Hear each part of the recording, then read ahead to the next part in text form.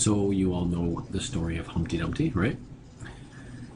We know how it ends. That's I guess the key is that we know how the story ends. Humpty Dumpty is eventually gonna fall, split open, be ultimately divided. we are going to spend a lot of time over the next few weeks talking about how the United States was so very divided and different. And if you take out your notes from chapter 7, section 2, specifically the Venn diagram section, the things that you've written in there that are in the north only or in the south only, those could be the things, the building blocks for what's going to divide the country. What I really want to focus on today, though, are the elements that united them. So we're going to spend a lot of time soon talking about dividing the United States. Today we'll try to understand the things that really would go in the centerpiece here, the things that united the country, whether they be social, political, cultural, economic. So let me just give you a couple of examples.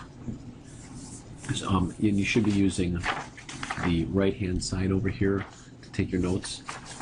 Just to give you an idea of spacing for your notes, we're going to end up with 4 uniting factors, okay? So let's look at uniting factor number 1.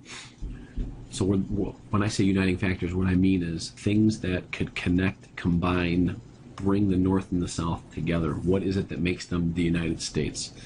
The first uniting factor is that they have this common history, common causes.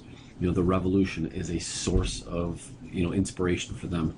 Washington and Franklin have been elevated to this almost unhuman-like status, like godlike status in our history. They are united by this experiment in liberty that they're having some success with. They're united by their belief in democracy.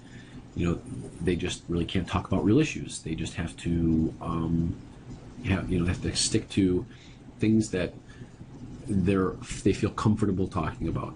Another element of this uniting factor is the War of 1812. They had a common enemy during that war. There were common struggles during that war. We were losing bad. We were losing everywhere bad, whether it was in New York, Philadelphia, Baltimore, or New Orleans ultimately. Out of that war, they emerged with a common hero. Andrew Jackson is popular and famous in New York, Philadelphia, Illinois, Tennessee, Georgia, Florida. And the strange story of the beginning and end of that war is it's evidence that they had a common and shared history. And here are just some images of that are emerging during this era. That's Washington on the left being elevated to a godlike status, Franklin on the right. We've looked at this image a couple of times now. Jackson is being elevated to that status, but he's still alive and he's still somebody who's influencing the times. Right, uniting factor number 2. The idea of social mobility, also known as the American dream. There are opportunities in the United States. We still have a free and open market. If you want to get involved in an economic activity, you want to open a shop, you want to open up a clothing store, you want to open up, you want to buy some land or you want to get some land and plant your own crops, you could do that. There's nothing stopping you from doing that. There's no class system that says you can't enter the market. And we also have a lot of land available out in the West. Open land, and it's not owned. And this was good because the population was growing fast, which is something that we're going to look at tomorrow in class. Not only was the population growing fast, but we need to think about where that population was growing because that's going to impact the future of the country. So more people needed that land. More people needed those opportunities. A third uniting factor is, for the most part, there is a single religion in the United States. It isn't, there are different sects of Christianity, but essentially everybody is Christian. And there is this Judeo-Christian founding. We throw around this idea of being endowed by our Creator in the year of our Lord, in God we trust, things like that. That's a common language in the United States, despite the fact that there is religious freedom. Most of the people in the United States at the time were, Christians. And that unites them. And during this period, there's going to be a second religious revival that is consistent with the spirit of the Revolution. Churches come more in line with what the new American values were. The idea of controlling your own destiny, having some say, a more democratic say in your church and in the way that your church and town operated. And these new denominations of Christianity that incorporate these ideas, they take off the United States. And here's just an image of a religious revival. And this is something that happens in the North and the South and the West. This is a uniting factor because this is a common theme. That's something that unites them.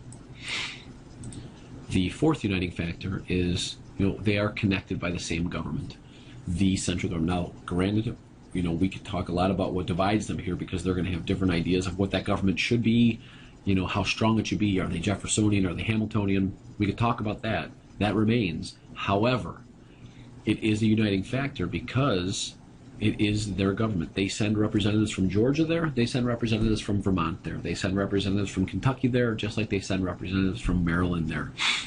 It is a place where they can have the important discussions and conversations. Yes, there still remains the potential for division in this government because they have to make decisions. What is proved more often than not, though, and what makes it really a uniting factor, is that it is a place of compromise. And this is maybe the most significant uniting factor. The ability of Northerners and Southerners and sometimes Westerners to talk about an issue, to talk about a problem that they see, to really have their own views and stance on them based on their own philosophies and based on their own regional needs, and coming to a common ground. And without this, what could happen? What are some of the possibilities of things that could happen if they are unable to compromise? And those are things that we'll eventually consider when we talk more about what divides them. The Congress is a place where, once we get past the War of 1812 and we get back more to, normal politics, Hamiltonian, Jeffersonian thinking, it is a place where those arguments can take place. It can be civil.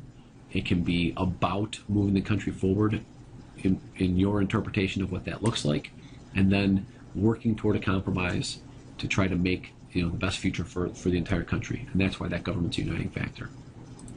Where we're heading, though, is the fact that I have 4 uniting factors, and we're going to spend the better part of 3.5, 4 weeks talking about the things that divided them and the slow process towards Humpty Dumpty here falling off the wall, splitting open. The only difference is that in the nursery rhyme we don't get put, it doesn't get put back together again.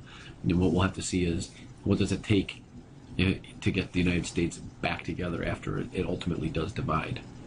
And so what I wanted you to come away from this video with was an understanding of the things that united the country socially, politically, culturally, and economically. And those things, just to review those 4 things, it's a common history and experience that unites them. They have that they could talk about, that they could bring together. The idea of social mobility, everybody can make it, and that's true whether you're in the South or the North or in the West. There is a current of religion that connects them, and the fact that they have one government, one constitution, where they can lay out their grievances, lay out their problems, and hopefully come up with a compromise, and that unites them as well.